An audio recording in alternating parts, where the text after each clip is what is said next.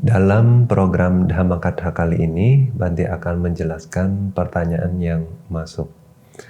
Pertanyaannya adalah, Bante apakah bisa menjelaskan tentang bagaimana menghadapi kematian? Oke. Pertanyaannya adalah bagaimana menghadapi kematian. Jadi pertama-tama untuk itu kita perlu tahu ya, apa yang terjadi pada saat kita meninggal. Ya. Nah ini semua dijelaskan di dalam kitab Abhidhamma ya, dan juga kitab Atthakatha dari Abhidhamma. Jadi pertama-tama Bante ingin menjelaskan bahwa kenapa pertanyaan ini sering ditanyakan ke para biku ya, khususnya karena momen kematian itu sangat penting yang akan menghasilkan kehidupan, yang akan menentukan ya hasilnya mendapatkan kehidupan mendatang di alam yang baik atau di alam yang buruk. Jadi momen sebelum kematian itu adalah momen yang sangat penting yang akan menentukan kita akan kemana di masa depan, di kehidupan berikutnya. Nah ini menurut pandangan Theravada. Jadi juga di pandangan Theravada enggak ada yang istilah namanya kehidupan di antara. Jadi misalnya kayak roh itu masih belum dapat badannya, dijelaskan bahwa harus nunggu dulu ya 7 hari, berapa hari gitu ya. Di Theravada pandangan ini sudah didiskusikan bahwa di kitab Katthawattu ya, kitab keempat Abhidhamma itu ya. Nah di kitab Katthawattu dijelaskan bahwa itu tidak ada. Yang ada juga ya, roh itu sendiri sudah jadi makhluk yang baru. Biasanya apa? Makhluk hantu. Ya. Jadi bukannya dia nunggu kehidupan yang baru, bukan. Tapi sebuah kama buruk sudah berbuah dan dia untuk mendapatkan kehidupan yang baru lagi ya dia harus mati dulu dari kehidupan itu. Jadi hantu juga bisa mati. Ya. Nah itu pandangan yang masih banyak ya disalahpahami oleh umat ya, bahkan umat Buddha. Bahwa setelah meninggal nanti jadi roh ya, sebelum mendapatkan kehidupan yang baru lagi ya, dia harus menunggu dan lain sebagainya. Nah, jadi itu penting kita tahu ya, bahwa momen sebelum meninggal itu yang paling penting yang menentukan akan kemana kehidupan kita berikutnya. Nah kemudian ya jadinya ya momen batin kita sebelum meninggal itu penting sekali. Untuk itu kita harus juga menjelaskan ya kemungkinan objek yang muncul di batin pada saat sebelum meninggal.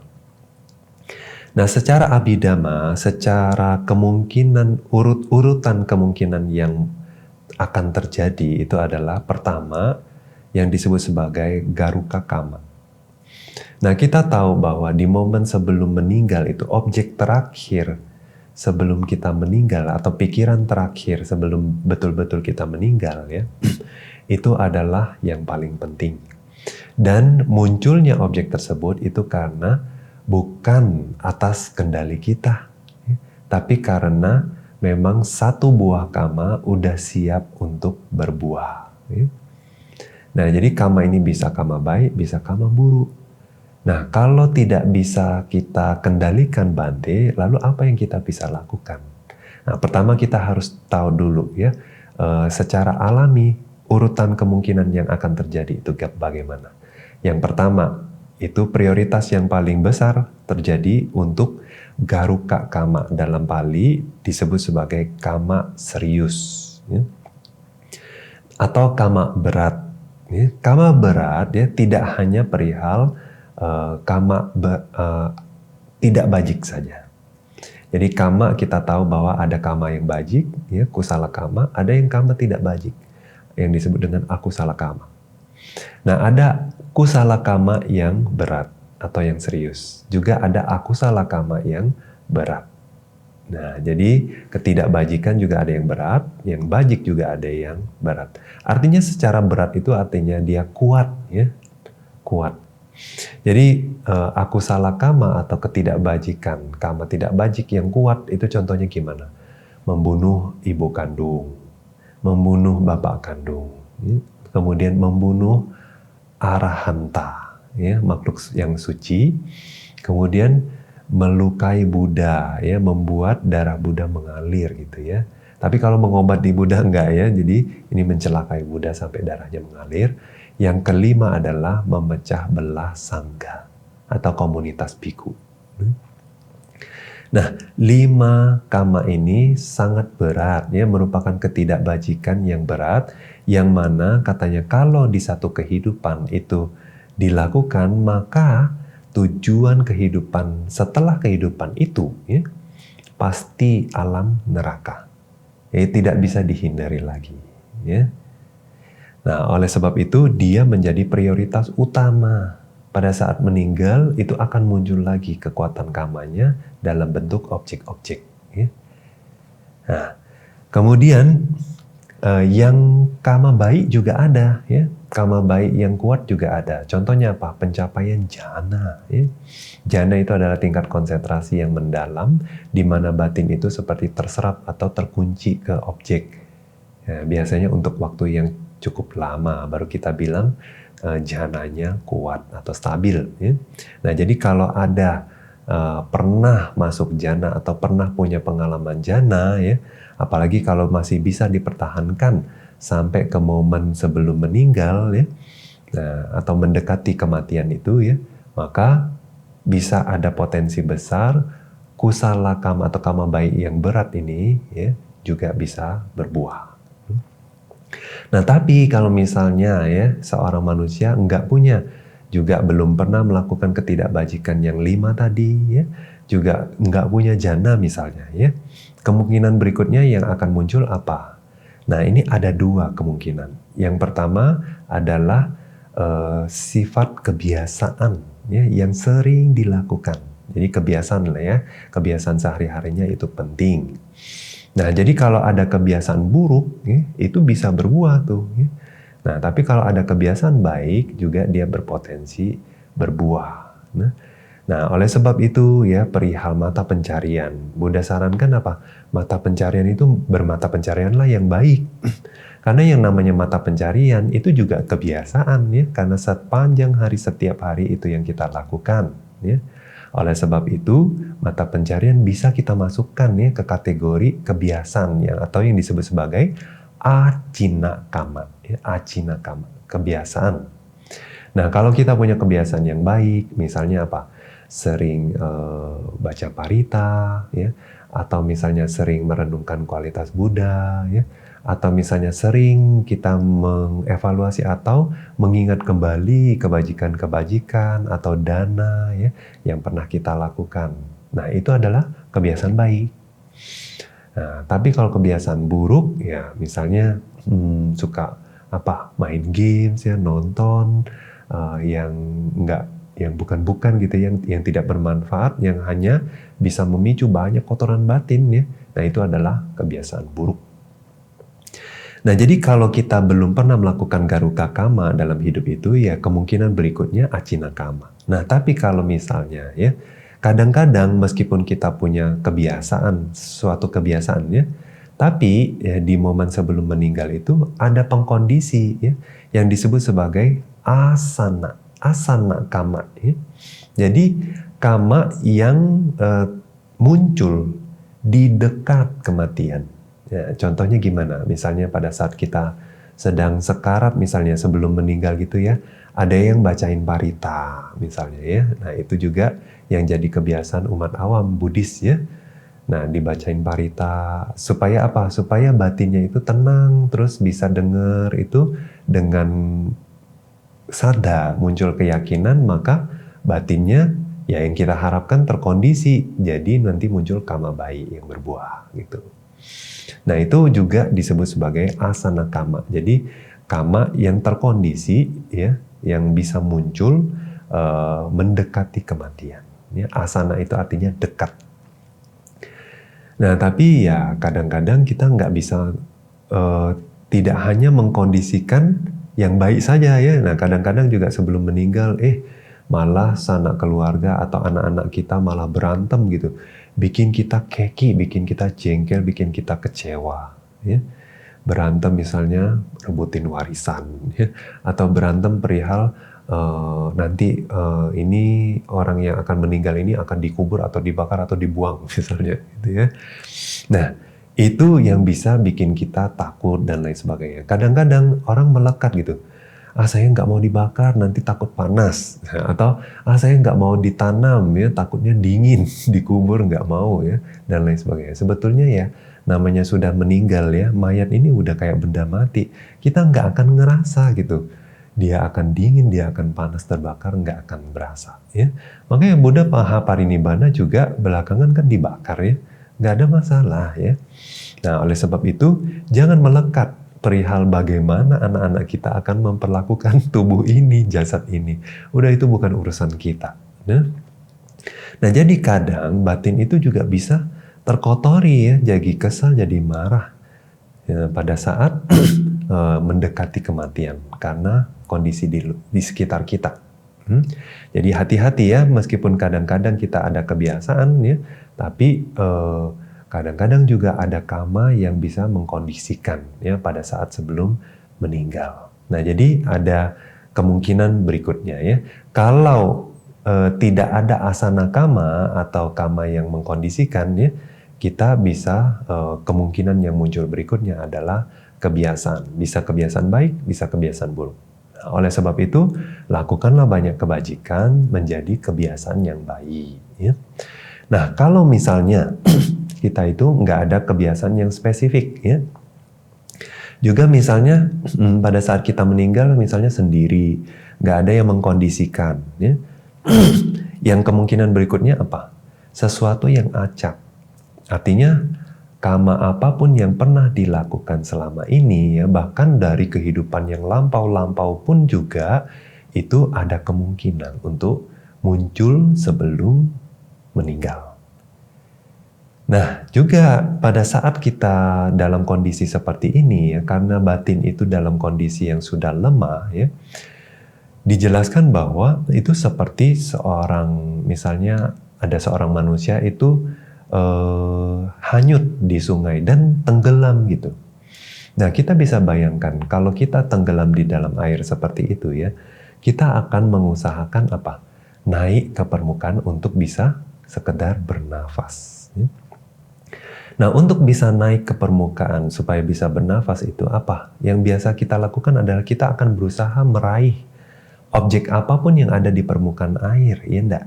Objek apapun yang bisa kita gapai, kita akan berusaha gapai, dan kalau kepegang, kita akan pegang kuat, kita akan tarik ke bawah agar kita bisa naik ke atas untuk kembali bernafas.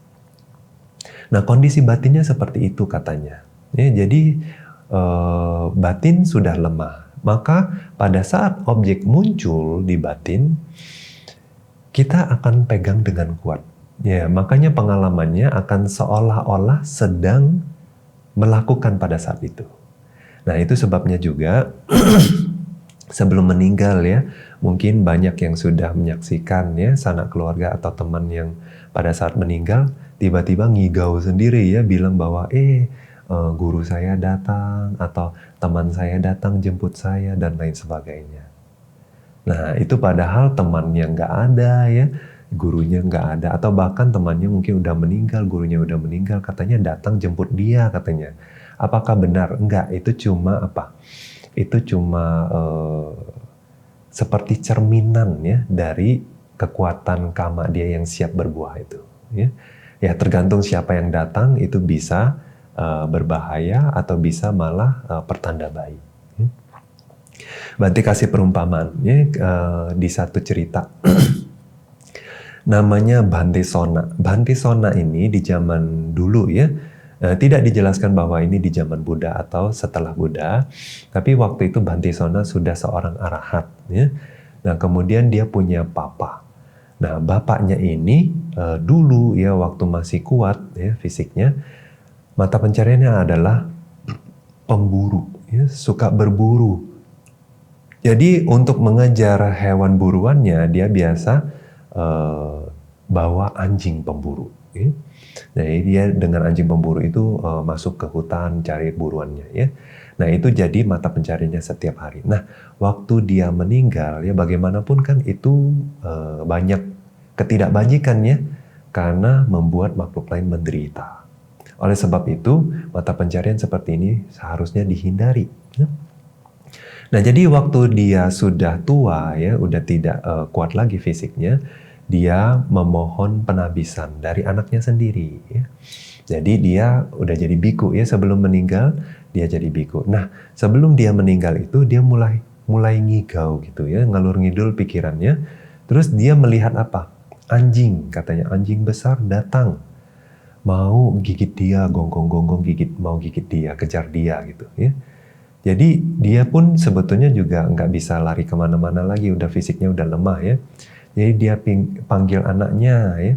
Nah, waktu itu sih dia masih panggil anaknya ya. Anak-anak ya, tolong.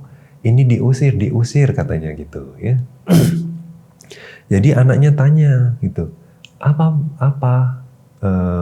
biku ditanya ya, biku tua ya. Jadi biku tua, apa yang harus diusir, apa yang kamu lihat gitu ya. Jadi bapaknya itu ya, biku tua itu dia bilang bahwa ini anjing-anjing gitu, dia datang mau gigit gitu, ya usir dia gitu. Nah jadi anaknya paham bahwa oh nggak ada kan anjing, nggak kasat mata, itu hanya di batin dia aja. Jadi ini loh yang maksud Bante mau jelaskan seolah-olah beneran sedang terjadi, ya. Batinnya memegang objek itu dengan sangat jelas.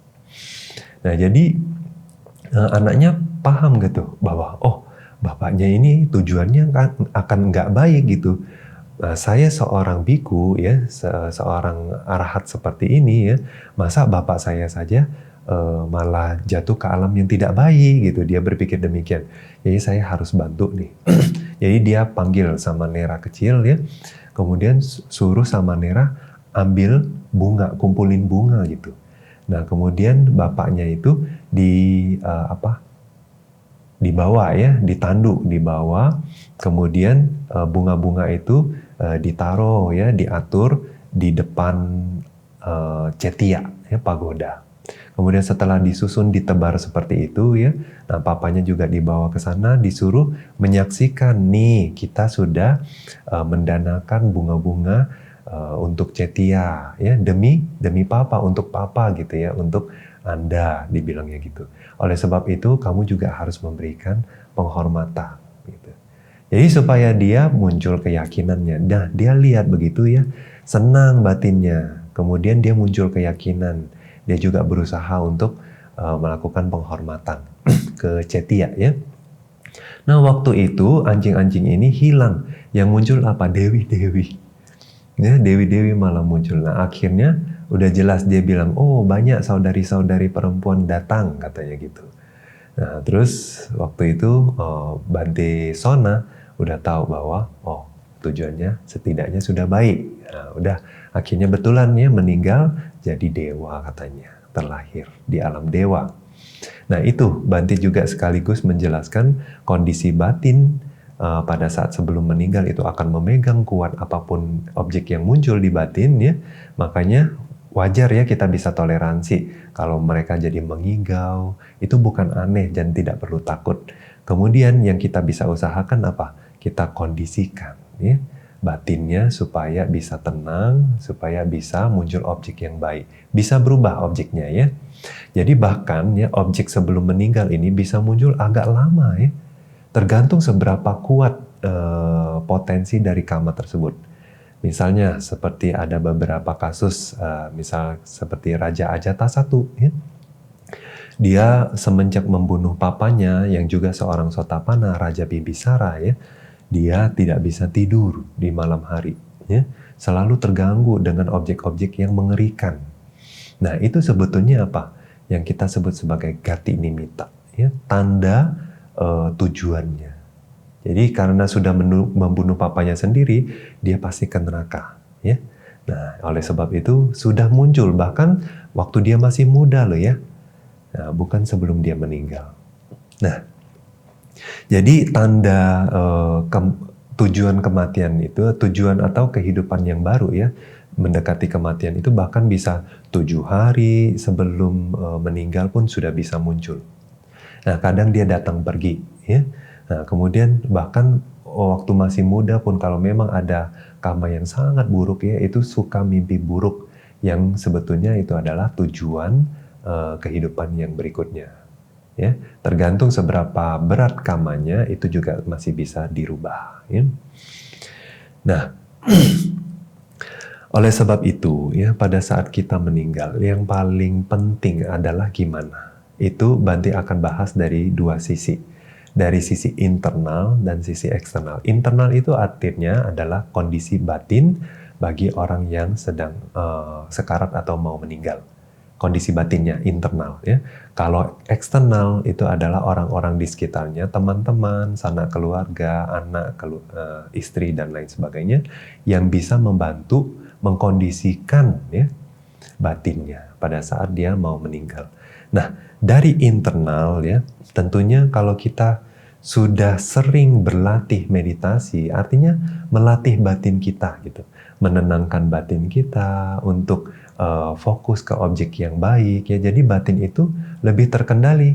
Nah, kalau kita punya kebiasaan untuk bermeditasi, maka potensi karma atau kondisi batin sebelum kita meninggal itu setidaknya gitu ya masih bisa terkendali.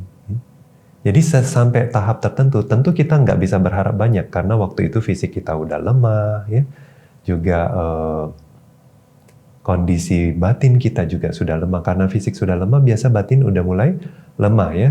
Ya kita bayangkan aja, waktu kita sehat seperti ini, kalau kita sedang sakit ya, batin gimana sih? Lemas gitu ya, susah mau fokus ya. Kalau fokus juga lepas-lepas objeknya.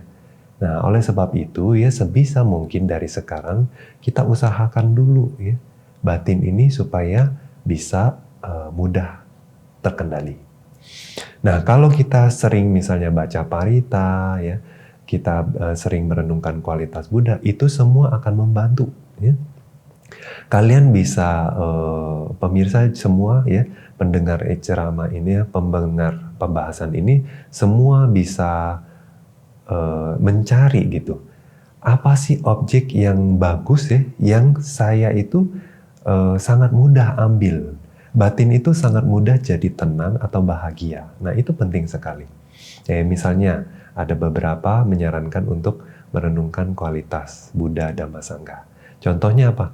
Dengan di dalam batin menyebutkan Buddhang Saranam Gacchami. Saya berlindung kepada Buddha. Nah, terus diulangi, apalagi sebelum meninggal gitu. Kalau objek ini yang sangat menggugah batin Anda, yang batin Anda itu mudah menjadi batin yang bajik ya, maka lakukanlah itu ya, sebelum Anda meninggal. Itu yang akan menyelamatkan Anda. Ya. Nah, kemudian bagi yang bisa meditasi ya, kalau misalnya meditasinya sekiranya sudah mapan, memang sering meditasi gitu ya. Nah, kita sebagai keluarga, sebagai anak-anak, sebagai teman ya, kita harus paham gitu, kita harus sensitif bahwa kalau dia bisa meditasi, tentunya dia nggak mau berisik. Kita jangan banyak suara, kita bahkan juga jangan tidak perlu baca lagu parita ya, atau parita, pembacaan parita. Karena dia mau meditasi. Ya. Nah bahkan contohnya guru Bante ya, pada saat masih sehat dia bilang pesan ya ke murid-muridnya bahwa apa? Kalau saya mau meninggal nanti ya, jangan pasang itu alat-alat medis itu, bantuan medis dia bilang. Dan karena saya mau meditasi, kalian jangan ganggu saya. Nah, beliau bilang begitu. Jadi beliau sudah pesan bahwa jangan baca parita, jangan pasang apa-apa gitu, karena beliau mau tenang. Nah, kita harus jaga. Kalau kita tahu ya, misalnya papa kita, mama kita sering meditasi atau teman kita sering meditasi, ya, jangan ganggu dia. Ya. Nah, tapi kalau kita tahu bahwa papa kita, teman kita, mama kita itu ya, orangnya memang banyak aku salah ya, pikirannya juga bukan tipe yang mudah tenang. Nah, kita berusaha kondisikan. Ya, contohnya apa? Boleh kita ajak ngomong ya, mengingatkan gitu kebajikan-kebajikan yang pernah beliau lakukan. Ya, atau misalnya kita ingatkan untuk coba renungkan kualitas Buddha, Dhamma, Sangha. Nah, juga misalnya kita ingatkan itu ya dengan bacakan parita gitu ya. Nah, tentunya kita harus sensitif. Misalnya papa mama kita bukan Buddhis ya. Kalau mereka itu tidak suka berdana, kita jangan ingetin perihal dana. Ya, karena itu malah jadi pelitnya muncul, kesalnya muncul, dan lain sebagainya. Nah, juga perihal misalnya ya, jangan kita ingetin perihal ingat nggak papa itu pernah bantu orang gitu ya, pinjamin uang ke orang, dan malah dia pikir pula nanti uang saya belum pulang gitu ya. Jadi malah muncul aku salah. Nah, jangan seperti itu. Atau misalnya kalau dia tidak suka dengar parita, jangan dibukain parita ya. Nah, intinya adalah apa yang dia suka, apa yang bikin dia tenang dan damai, itu yang kita berikan. Bukan sesuai apa yang kita mau atau yang kita anggap bagus ya. Nah, itu kadang-kadang malah bisa jadi pikiran tidak baik muncul. Nah, intinya adalah kondisi batin itu ya, mau kita minta bantuan eksternal atau dari internal, intinya batin itu perlu damai, tenang, mengambil objek yang bisa memunculkan keyakinan atau rasa hormat dan lain sebagainya. Dengan batin yang tenang atau dengan batin pikiran yang bajik seperti itu ya, atau misalnya dengan melihat objek-objek yang bagus ya, itu tujuan berikutnya akan mendapatkan kehidupan yang baik ya. Nah, sekiranya cukup untuk penjelasan bagaimana menghadapi kematian. Demikian penjelasan Bante dalam program Dhammakatha kali ini.